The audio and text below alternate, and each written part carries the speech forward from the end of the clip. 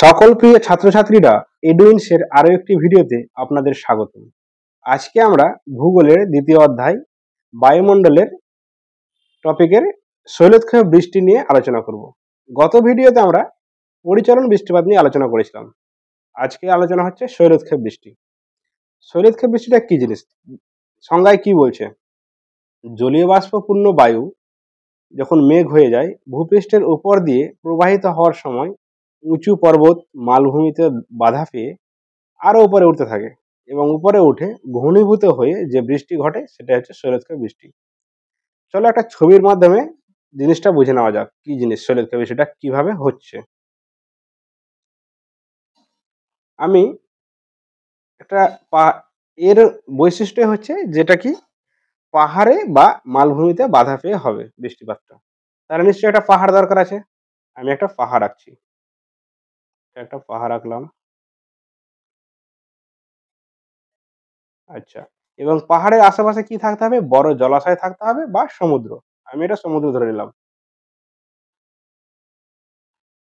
এখানকার এবার সূর্যের রশ্মি পড়লো, সূর্যের রশ্মি কি হয়, এখানকার বায়ুগুলা বাতাসগুলো উষ্ণ বায়ুগুলা কি হবে ধীরে ধীরে ঢাল বেয়ে বায়ু যেহেতু উষ্ণ হলে হালকা হয়ে যায়, এই হালকা বায়ুগুলো কি হয় ধীরে ধীরে এই ঢাল বেয়ে পর্বতের ঢাল বেয়ে ধীরে ধীরে উপরে উঠতে থাকে। ঠিক আছে, উপরে উঠে যাচ্ছে। উপরে উঠে উঠে গিয়ে উঠে যাওয়ার সাথে সাথে একটা টাইম কি হয়, যেহেতু উপর দিকটা ঠান্ডা, ঠান্ডা হওয়ার ফলে কি হবে এই যে জলীয় বাষ্পগুলো আছে বাতাসগুলো, জলীয় বাষ্পগুলো কি হবে উপরে গিয়ে এক জায়গায় জমা হবে, ঘনীভূত হবে, ঘনীভূত হয়ে জলকণায় পরিণত হবে এবং জলকণাগুলো পরিণত হওয়ার ফলে কি হবে একত্রিত হয়ে মেঘের সৃষ্টি করে। এখানে মেঘ আঁকলাম, এই মেঘের সৃষ্টি করলো। মেঘের সৃষ্টি হওয়ার পরে যখন এটা অনেক বড় হয়ে যাবে এবং ভারী হবে তখন মেঘটা কি হয় আর নিজেকে ধরে রাখতে পারে না। তখন সেটাই কি হয় এই যে মেঘের মধ্যে জলকণাগুলো ছিল সেগুলো কি বৃষ্টি রূপে আবার নিচে নেমে পড়ে, এই যে পাহাড়ের ঢালে নিচে নেমে পড়ে। এই যে পাহাড়ের ঢালে যে বৃষ্টিপাতগুলো হলো এই ঢালটাই, এই ঢালটাকে বলা হচ্ছে কি প্রতিবাদ ঢাল। তাহলে এই ঢালের নাম হচ্ছে প্রতিবাদ ঢাল। এবং এই বিপরীত এটা আছে ঢালটা যে আছে এটাকে বলা হয় কি অনুবাদ ঢাল। অনুবাদ ঢাল। আচ্ছা, বৃষ্টিপাত তো হয়ে গেল এবার এখানে। এবার বৃষ্টিপাত হওয়ার পরে যে বায়ুগুলো থাকে তখন কি হয় বায়ু হালকা হয়ে যায় এবং এই যে কিছু বায়ুটা উষ্ণ হয়ে গেল, উষ্ণ হয়ে যাওয়ার পর এটা কিন্তু ঠান্ডা বায়ু ছিল, ঠান্ডা হয়ে জমা হয়ে জলকণায় পরিণত হয়ে মেঘ সৃষ্টি হয়ে বৃষ্টি আবার চলে আসলো।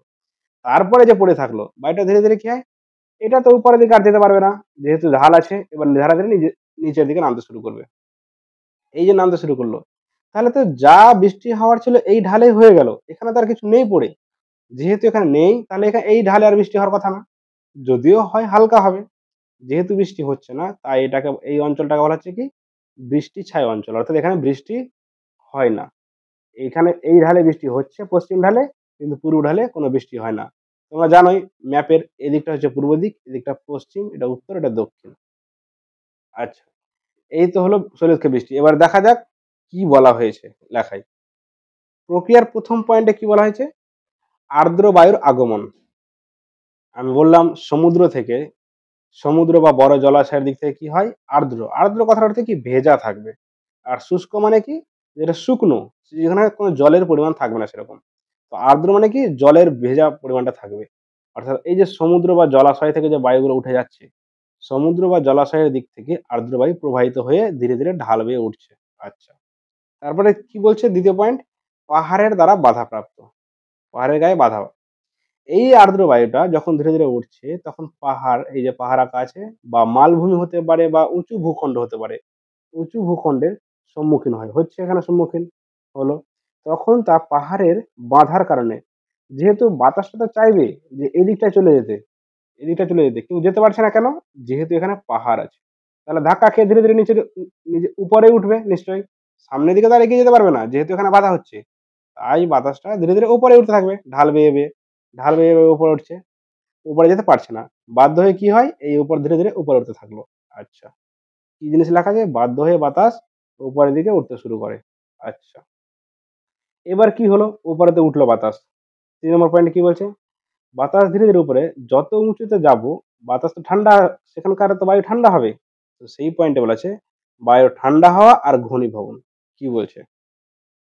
বাতাস যত উপরে উঠতে থাকে বায়ুর উষ্ণতা তত কমতে থাকে। এর ফলে কি হয়? উপরের দিকে ওঠা উষ্ণ আর্দ্র বায়ু ঠান্ডা হতে শুরু করে। ঠান্ডা হবেই, যেহেতু উপরের টেম্পারেচারটা কম। আর কম টেম্পারেচারের বায়ু গেলে তো বায়ু ঠান্ডা হবেই স্বাভাবিক। যেহেতু নিচের বায়ুটা কি ছিল? গরম ছিল। এবং গরমটা যদি ঠান্ডা জায়গায় যায় তাহলে নিশ্চয়ই ঠান্ডা হবে। ঠান্ডা হলো। ঠান্ডা হতে শুরু করলো এবং প্রসারিত হচ্ছে। প্রসারিত মানে কি? ধীরে, ধীরে উপরে উঠছে। আচ্ছা। এর মধ্যে থাকা জলীয় বাষ্প ঠান্ডা হয়ে ক্ষুদ্র, ক্ষুদ্র জলকণায় পরিণত হয়। আমি বোঝানোর সময় বলেছিলাম যে বায়ুগুলা কি হবে? ধীরে, ধীরে ছোট, ছোট জলকণায় পরিণত হলো। এই যে জলকণায় পরিণত হলো, এক জায়গায় জমা হচ্ছে জলীয় বাষ্পগুলো, এক জায়গায় জড়ো হচ্ছে। জড় হওয়ার কারণে একে কি বলা হচ্ছে? ঘনীভবন, অর্থাৎ ঘন হচ্ছে। পাতলা থেকে ১ম এ প্রসারিত অনেক ছিল। তারপরে ধীরে, ধীরে এক জায়গায় জমা হয়ে ঘন হচ্ছে। তাই এই প্রক্রিয়া করা হচ্ছে ঘনীভবন। আচ্ছা, এবার ঘনীভবন হয়ে গেল। কি হলো? জলকণা এবার কি বলছে? মেঘের সৃষ্টি ও বৃষ্টিপাত। এই যে জলকণাগুলো উপরে, উপরে উঠে গেল। এই জলকণাগুলো কি এক জায়গায় জমা হয়ে কি হলো? মেঘের সৃষ্টি করলো। আচ্ছা, মেঘ হয়ে গেল। এবার যখন মেঘটা অনেক বড় হয়ে যাবে এবং ভারী হয়ে যাবে, তখন কি হবে? মেঘটা এই জলকণাগুলো আর ধরে রাখতে পারবে না। তখন সেটা বৃষ্টিরূপে নেমে পড়বে। কি লেখা আছে? যখন এই জলকণাগুলি অনেক বড় ও ভারী হয়ে যায়, তখন তারা বাতাসে আর ভেসে থাকতে পারে না। কি করে ভাসবে? যেহেতু ভারী হয়ে গেল। আর ভারী জিনিস কি জানি আমরা? সবসময় নিচের দিকে নামার চেষ্টা করবে। তো সেই একইভাবে এই যখন আর ভেসে থাকতে পারে না, তখন সেটা কি? বৃষ্টির আকারে নিচে নেমে পড়ে। আচ্ছা, আমি কি বললাম? পাহাড়ের যে ঢালে, অর্থাৎ কোন ঢালে বৃষ্টি হচ্ছে? পাহাড়ের তো ২ টো ঢাল। একটা এই ঢাল পশ্চিম ঢাল, একটা হচ্ছে পূর্ব ঢাল। তো বৃষ্টিটা হচ্ছে কোথায়? পশ্চিম ঢালে। এই যে বৃষ্টিটা পশ্চিম ঢালে হচ্ছে, এই ঢালটাকে কি বলা হয়? প্রতিবাদ ঢাল। প্রতিবাদ ঢাল। আর যে জায়গায় হচ্ছে না সেটাকে বলা হচ্ছে অনুবাদ ঢাল। আচ্ছা, এটা নিয়ে আলোচনা করছি। এবার দেখো ৫ নম্বরের পয়েন্টে কি বলছে? বৃষ্টি ছায় অঞ্চল। আচ্ছা, যেখানে অর্থাৎ বৃষ্টি ছায় অঞ্চল কি? বৃষ্টি ছায় মানে বৃষ্টি যেখানে হবে না। অর্থাৎ বৃষ্টি তো এখানে হয়ে গেল। হওয়ার পরে কি হচ্ছে? বাতাসের যে জলীয় বাষ্পের পরিমাণ তো কমে গেল। যেহেতু বৃষ্টি শেষ, যা ছিল মেঘের মধ্যে সব জলীয় বাষ্পের পরিমাণ তো নষ্ট হয়ে গেল। কমে গেল সব। কমে যাওয়ার পরে কি হয়? বাতাসটা তো শুষ্ক হবে। আগে ছিল আর্দ্র, এখন শুষ্ক হয়ে গেল। এই শুষ্ক বাতাস পাহাড়ের এই ঢাল বরাবর ধীরে, ধীরে নামতে শুরু করবে। এই ঢাল বরাবর নামতে শুরু করবে এবং গরম থাকবে সেটা। গরম হতে শুরু করবে। যেহেতু আমরা নিচের দিকে টেম্পারেচারটা কি? বেশি। তাই কি হয়? বাতাসটা যখন নিচে নামছে তখন তো নিশ্চয়ই গরম হবে বাতাসটা। এই বাতাসটা উষ্ণ হতে শুরু করলো। নিচে নামতে শুরু করলো এবং বাতাসটা উষ্ণ হতে শুরু করলো। আচ্ছা। যেহেতু এই জায়গাটাতে আর কোনো জলীয় বাষ্প নেই, তাহলে কি হয়? বৃষ্টি তো আর হবে না স্বাভাবিক। তাহলে কি হলো? সেইরকম এখানে এই ঢালটায় সেরকম বৃষ্টিপাত হয় না। বা যদি হলেও খুব একটা হবে না। অল্প বৃষ্টিপাত হবে। খুব সামান্য, খুব কম বৃষ্টিপাত হয়। এই শুষ্ক ও উষ্ণ ঢালটাকে কি বলা হয়? অনুবাদ ঢাল। আমি বললাম এই ঢালটাকে কি হচ্ছে? অনুবাদ ঢাল। আর এই যে অঞ্চলটা আছে অনুবাদ ঢালের অঞ্চলটা, এই অঞ্চলটাকে বলা হচ্ছে কি? বৃষ্টিছায় অঞ্চল। অর্থাৎ এখানে বৃষ্টি হয় না। এই অঞ্চলটাকে কি বলা হয়? বৃষ্টিছায় অঞ্চল। আচ্ছা। সবচেয়ে ইম্পোর্টেন্ট তোমাদের পরীক্ষায় যেটা পড়ে যে শৈলক্ষে বৃষ্টিপাত হয় কোথায় ভারতের? তখন মাথায় ২ টো উত্তর আসবে। এক উত্তর আসবে কি? ভারতের পশ্চিম ঘাট ঢাল, পশ্চিম ঘাট পর্বতমালা। আর দ্বিতীয় আসবে কি? একটা হচ্ছে কি? পশ্চিম ঘাট পর্বতমালা আর দ্বিতীয় আসবে মেঘালয়ের চেরাপুঞ্জি ও মৌসিনরাম। এই ২ জায়গায় প্রচুর বৃষ্টিপাত হয়। যাকে বলে প্রচুর, প্রচুর মানে প্রচুর। যদি কোয়েশ্চেন এরকমও আসে, ভারতের সবচেয়ে কোথায় বেশি বৃষ্টিপাত হয়? তাহলে উত্তর হবে কি? চেরাপুঞ্জি, মৌসিনরাম। আচ্ছা, পশ্চিম ঘাট পর্বত আর চেরাপুঞ্জি আছে কোথায়? একটু ম্যাপে দেখে নেওয়া যাক। আমি যদি এটা ইন্ডিয়ার ম্যাপ আঁকি,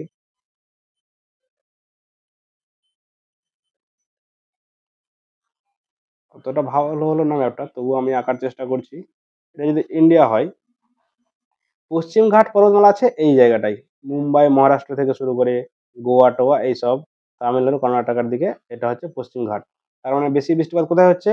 এই জায়গাটায়। এইখানে কোন বৃষ্টি হয়? শৈলক্ষে বৃষ্টিপাত। আর মেঘালয়ের চেরাপুঞ্জি, মৌসিনরাম কোথায় আছে? এটা আমাদের ওয়েস্ট বেঙ্গল এখানে। আর এই জায়গাটা আছে ঠিক মেঘালয়। এখানে আছে মৌসিনরাম। এই জায়গাটায় শৈলক্ষে বৃষ্টিপাত দেখা যায়।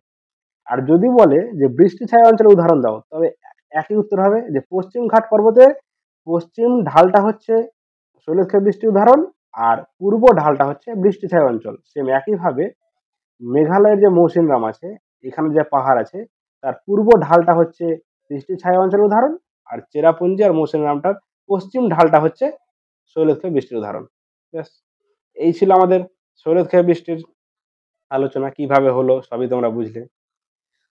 এবং যদি কেমন লাগলো ভিডিওটা তোমরা অবশ্যই জানাবে, এবং এরকম আরো ভালো শিক্ষামূলক ভিডিও পেতে তোমরা আমাদের ইউটিউব চ্যানেলটিকে সাবস্ক্রাইব করবেন এবং ফেসবুক পেজটিকে ফলো এবং শেয়ার করবেন।